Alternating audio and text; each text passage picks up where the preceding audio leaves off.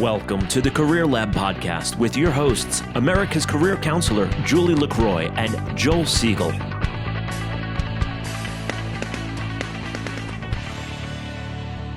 Hey, Julie.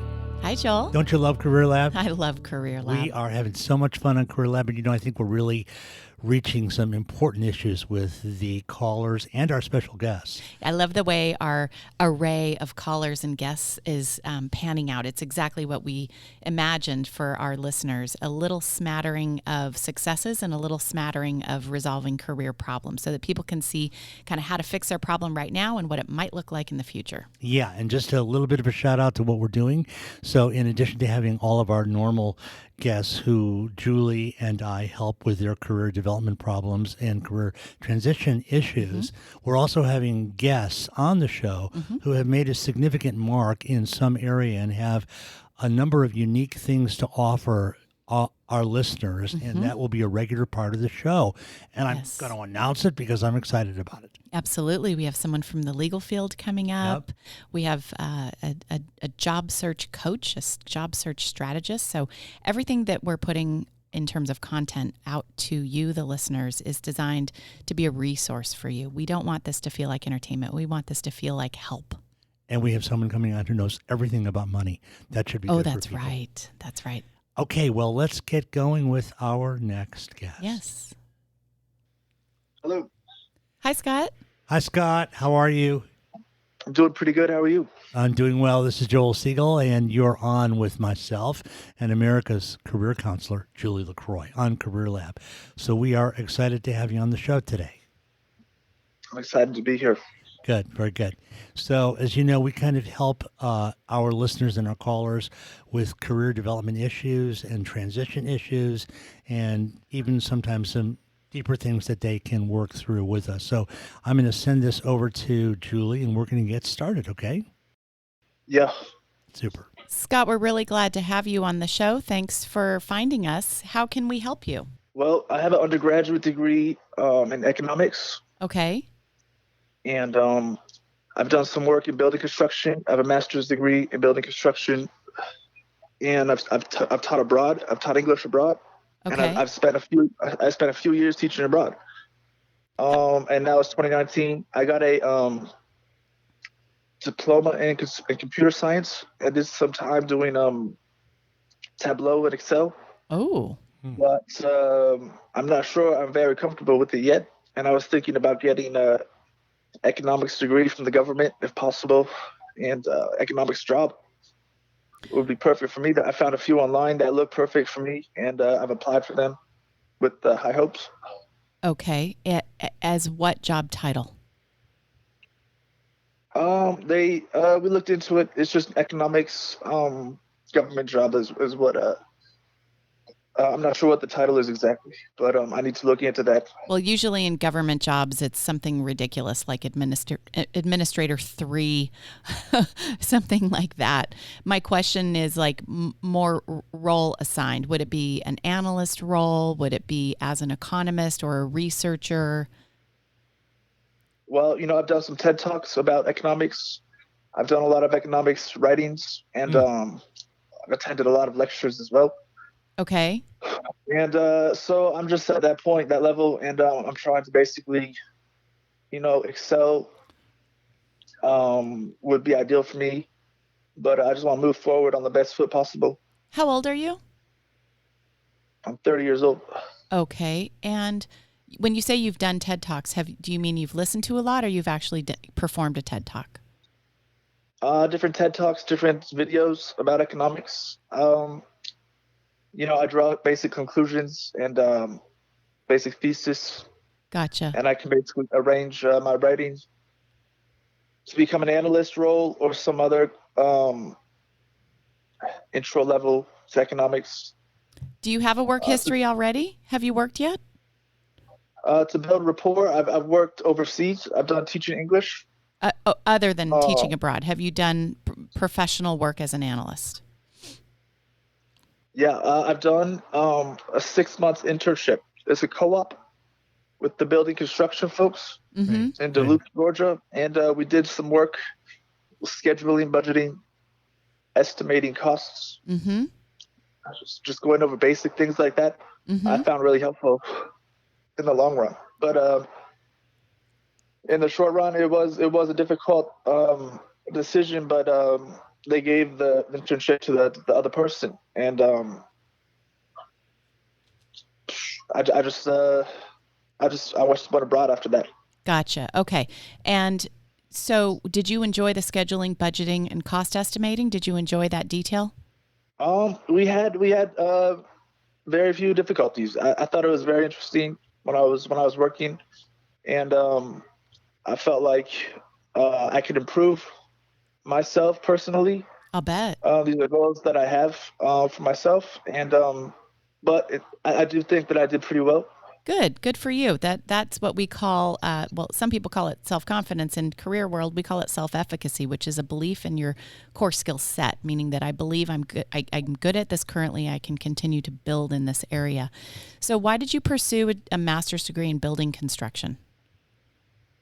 Well, that was really my dad's idea, and he said that there was some building construction in our family. He does business litigation and construction law. Gotcha. So I studied some construction law, and I attended my 6 months internship, and that was about all the experience I had.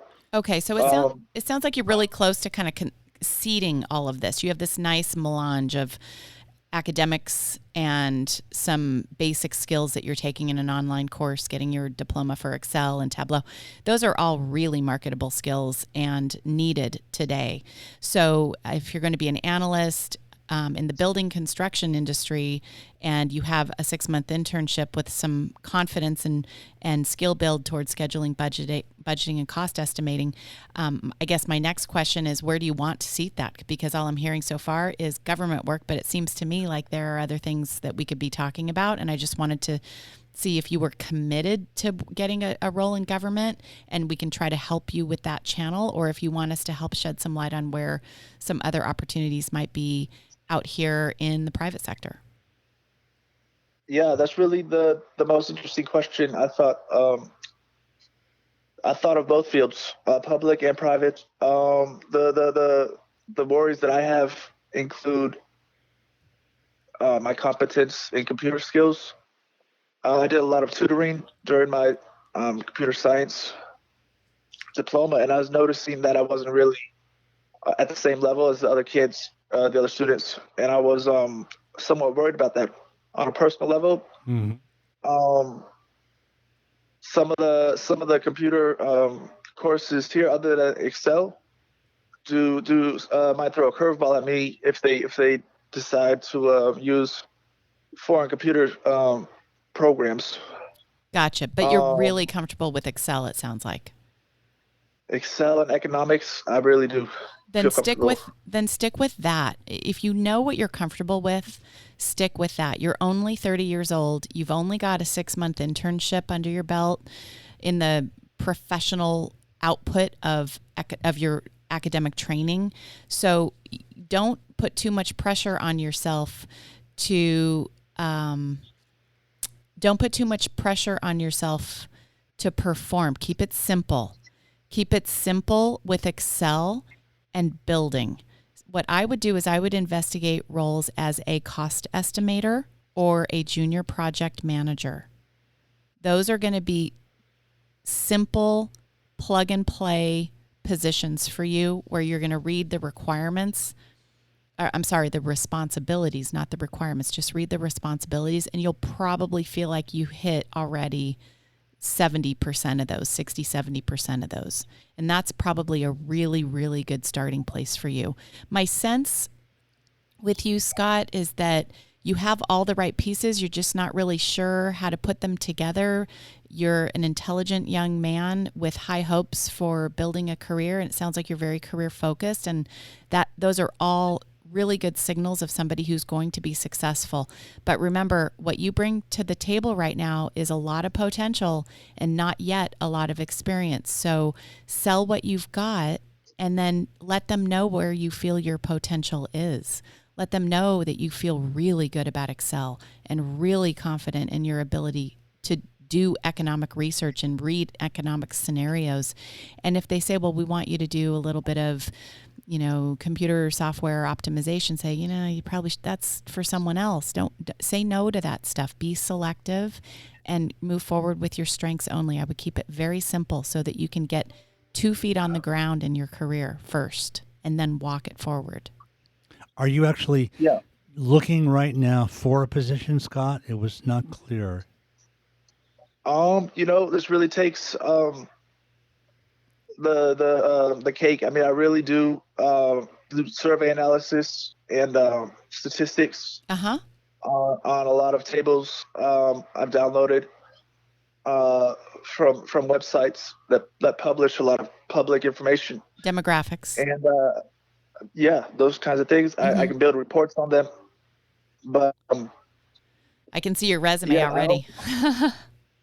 I hope it doesn't get too difficult for me to really breathe this work-life balance. Why do you fear? Wait. Why do you fear it might? It's just the normal fears. I mean, I just have this kind of attitude is that sometimes it might I'm not sure. What about your work history? Tell us a little bit about what you've been doing, if you have, or can share some of that. That might shed some light on the concern you just raised a moment ago. Yeah, because you told us that your 6-month internship, you felt really confident. But you did say you went overseas to build rapport. Do you feel maybe that your interpersonal skills you're not as confident in those? Sometimes if I get into a routine where my schedule doesn't quite, if it's always the same schedule or like it's not remote working, it's always at the same office. Sometimes I feel like I have a chip on my shoulder about it, but I can get through it relatively confidently. If there's more advice about this work-life balance, I would like to hear it. But I think I could literally do the best job possible in these roles. Yeah, I think it's a little bit early in your career to worry too much about work-life balance. You should really be all in, all chips on the table right now, trying to get into a company, prove yourself, show up every day on time, build the skills, tackle the harder problems, seat those Excel and Tableau and research and demographics and stats and reporting skills, get those fully developed. And then work-life balance really comes when you feel like you're not getting enough sleep or you're carrying home stress or you can't manage your obligations as a father or a husband or a caregiver of some kind. I'm not hearing that those are really concerns just yet. So let's not maybe anticipate problems that aren't quite there yet. Yeah, I tend to agree with that analysis, but okay. On the other hand, there is the opportunity for me to excel in these roles that I do like to play with. So that's part of my philosophy here. Scott, can you tell us a little bit about, you were teaching English overseas, did you say? Yes, I was. I was teaching in overseas in China and Vietnam, and I was just teaching English. And cool. I spent some time there just building a rapport, like you said, and just knowing that I work with the faculty and the fellow teachers. Yeah, and we had a great kind of bond through this experience. But again, I'm ready here to work as hard as I can. Right. I just wanted to ask you a little bit about your experiences in China and Vietnam teaching English. That's a complex process to begin with. I mean, just working in China itself or in Vietnam and teaching English. What was your experience like? How did you get along interpersonally to the degree that you could with the students you were teaching and or other faculty and other English-speaking adults who were there? What was your experience like? Tell us a little bit about it. Right. My experience was, it's hot and it's cold, but it's always, as fast-paced and interesting as they show you on these videos. There was basically a teacher who did very well in the field and worked with very amazing projects. For example, there's you can do for more worth abroad than is advertised. And sometimes you need to seek out these opportunities. And that was a bit difficult for me because I wanted to get into that kind of stuff, but I couldn't really do it. And I ended up just fulfilling my contracts. And I worked in Thailand for a little bit as well. And I worked for their public schools. I worked for Shanghai's English teaching centers in the mall. And I worked for an English teaching center in Ho Chi Minh City. And I hope it went well. And I had my recommendations and my transcripts, my resume, with the cover letter that I sent to a lot of employers out there who seem to be having, a pleasant style stay abroad. And it was basically interesting to figure out what the cities were like. And I was actually recommended to do so by my building construction teacher, who said that his son did a similar program abroad. So I was excited about how he mentioned, how he built his rapport, and just things like that on my resume, I think look good. Absolutely. But did you say yeah. Did you say that your dad was a business litigation attorney? I think I heard you say. Yes, I think it's business litigation and construction in particular. Right, good. So was your family supportive of your overseas teaching experiences that you had? Did they support you in that? I mean, did they want you to do it? Did they feel good about that? Well, we did try to do the career fairs for the construction companies. And, I introduced myself to a lot of potential employers. But the way it just kind of sorted out in the long run was I felt more comfortable kind of seeing what it was about in these other countries. You had an adventure. Right. So I'm just figuring out how to basically phrase it and put it on my resume, and whether it's worthwhile to say with all the other achievements on my resume, how much teaching I've done is it's an adventure, but it has its pitfalls as well. No, yeah. So I'm going to help you with that resume. You and I have already kind of talked on the side about that. Let me see if I can kind of wrap this together for you. You did it. I think you really stepped out of the box there going overseas. And I want to give you a lot of credit for that. That was a challenging situation for anybody. And I think for you, it really stretched you and brought you outside of your box.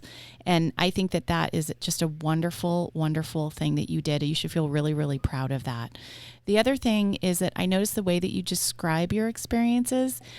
I feel like I'm being put on a checklist. I did this, I did that, I did this, I did that. And that's a great way to keep yourself focused. And that right there, I think you should take and move forward with. I think if you get into a job that has a little bit of stretch, but gives you, puts you in a position where your skills can be employed at a comfortable level, you will find that you can walk your career forward. I'll help you put it together on the resume. That international travel for the listeners, it often goes under education if it's rolled into a study abroad program. In the case of Scott, for those listeners out there who have had a paid employment of international teaching, you do want to include it in your experience. So you would put, international English teacher, the name of the organization, the dates, and then a simple description, interacted with faculty and students in a variety of settings and helped to develop curriculum, taught group classes and one-on-one interactions with students. So, something simple like that. And then, Scott, as for back to you and what does that mean for you? I think in an interview, the way that you position that is this was really my personal development exploration, my exploratory time as a young adult. Now I'm ready to become a young professional. And I would move forward with something in building construction, just like you're already on the right track. So I want to validate that. But instead of, going into maybe a junior project manager position like I had originally suggested. Maybe step it back just a touch to cost estimator or assistant scheduler, or even work in dispatching, or maybe, yes, go for one of the roles in the government that are more task oriented, because it seems like you do really, really well with tasks and checklists and data. And don't worry too much about developing more of your interpersonal skills, because it doesn't have to be something that blocks you from moving forward. If you want to always be aware of your strengths and move forward with your strengths. And if you're good at tasks and checklists and Excel spreadsheets and working with dashboards and creating summaries and reports, then tell your future employers that. And when you and I work together on your resume, we'll be sure we include that, because you never want to overstate what you can do or expect that they might want you to do more than you can do. You want to be level with your experience and capabilities. That's the safety zone for all of us. Yeah, I really want to do my best for the opportunities that I've been given in school, to use the resources that I have. Good. To really manage my own background and skills in the most proper way.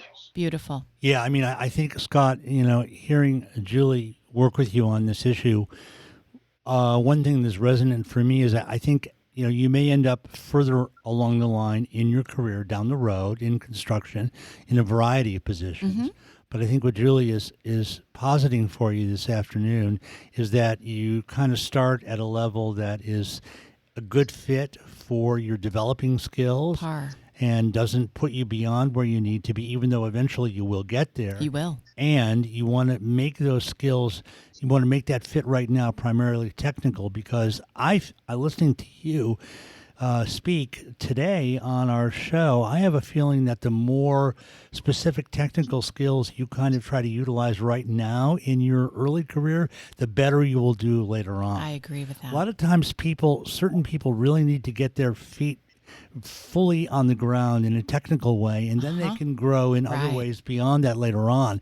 I think this is really kind of what you're alluding to. You're saying it well. Right, and so that's where you really need to go. And kind of like the other thing Julie said, but she kind of went over it real fast because she's so smart, and I'm going to go over it a little slower. Don't worry about the rest, Scott. Don't worry about the rest. Get your feet dialed in a very specific technical job. Do a good job with that, and then eventually you'll be able to move forward. Yeah, technical job where you're working with data, for sure. Okay? Yeah, I really want these golden opportunities for me to really transform my life in thinking and in like mental and physical, just, doing my best. In a technical way as well as, Scott, marketing my own skills in the most effective manner possible. Good for you, Scott, and welcome to adulthood. It is a transformative experience, and it sounds like you're going to give it your all. And we're excited to hear, what happens for you in the next couple of years. So you and I are going to work together on your resume, and then let's stay in touch, because I want to see, Joel and I both want to see you walk this forward, and we want to see you build confidence and be the best man you can be. Absolutely. Yeah, these basic stepping stones on my resume, I think, can turn into a giant wealth for me. Yes. And I really hope that works out. Stepping stones. That's it. Well, hey, Scott, we're just about out of time. We want to thank you for being on the show. It's been really a pleasure and a treat for Julie and I to work with you. And I know you're working with Julie out of this context, and she's going to help you with a lot of that stuff. So great having you on the program today, and thanks again, okay? Thank you, Scott. Okay, Julie, I'll see you tomorrow. I'll see you tomorrow. Okay, that sounds great. So, Julie, I understand you're kind of working with Scott. He reached out to me for help with his resume, and I offered him an opportunity to call in, and he took it, and he said, I want both. So I am going to see him tomorrow. That's good. I know that what you described in terms of the work you're going to do with him is exactly what he needs. Yeah. To try to broaden the envelope from this call to a more generalized discussion of some of these things, I think, and I know you and I are on exactly the same wavelength about this, because we could tell we were during the call. It's important for young professionals not to get ahead of themselves. Right. This is the main thing in the game. Try not to get ahead of yourself. We all want to think about what happens down the road. And there's pressure to be that. Right, exactly. And there's expectations about that. And we very much want to get there as fast as we can. But whoa, wait, slow down. Yeah. First of all, Turn you the got to volume enjoy down. the present Right. with what you're doing. And, Get good at it. get good at it, and also enjoy the time. Young professionals often say to you and I want to get to A, or I want to get to B, or I can't wait till I'm at C. And I want to make the most money. Right. And I want to say, well, what about just being at A? Right.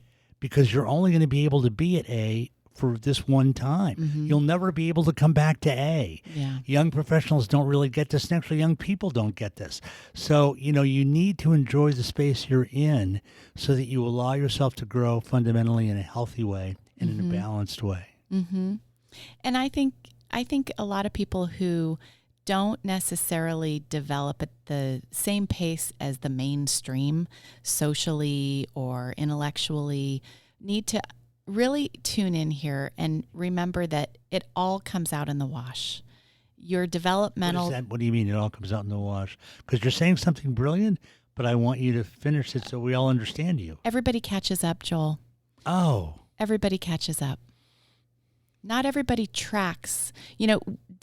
Adult development is multi-layered, and everybody doesn't move all of their layers forward at their biological age at the exact same time. Some people are physically developed faster than others. Some are socially developed with more complexity than others. Some are more mature. Some are more emotionally immature or mature. So by the time we cure into adulthood, into who we really are, we will become. And so just like you had said, just step it forward, stay in the present, work with what you've currently got, and the rest will come along. Yeah, I mean, I think really you're saying something even more profound than that. So if I can help you to even bring it out a little more. I mean, I think essentially what we're both saying this morning after this call is that there's a complete world out there for everyone. Mm-hmm. They may not be the same worlds. Mm-hmm. They may not end up at the same place. They may not start at the same place. But there's a world out there for everyone. And, for example, with our caller, you were helping him find his location in his current world and go from there. And that is a gift to give someone. So thank you. You're welcome. America's Career Counselor. Well, everybody, I love to tell my clients that the labor market is this big whirling, changing, moving sphere like the sun. And it's important to find your own coordinates. And I think we're kind of saying the same thing there. Yeah, I think what happens with a lot of young people, regardless of what area of work or study they're in, is they really peg themselves with a lot of pressure to get to a certain point A. And what we're trying to do here is to help you reside in your own world and grow in your own time. And then you will find that you'll achieve some of the goals you've set. And those stepping stones do appear once you stand on the first one. Okay. Well, it was fun. Yeah. I know we'll be doing some more.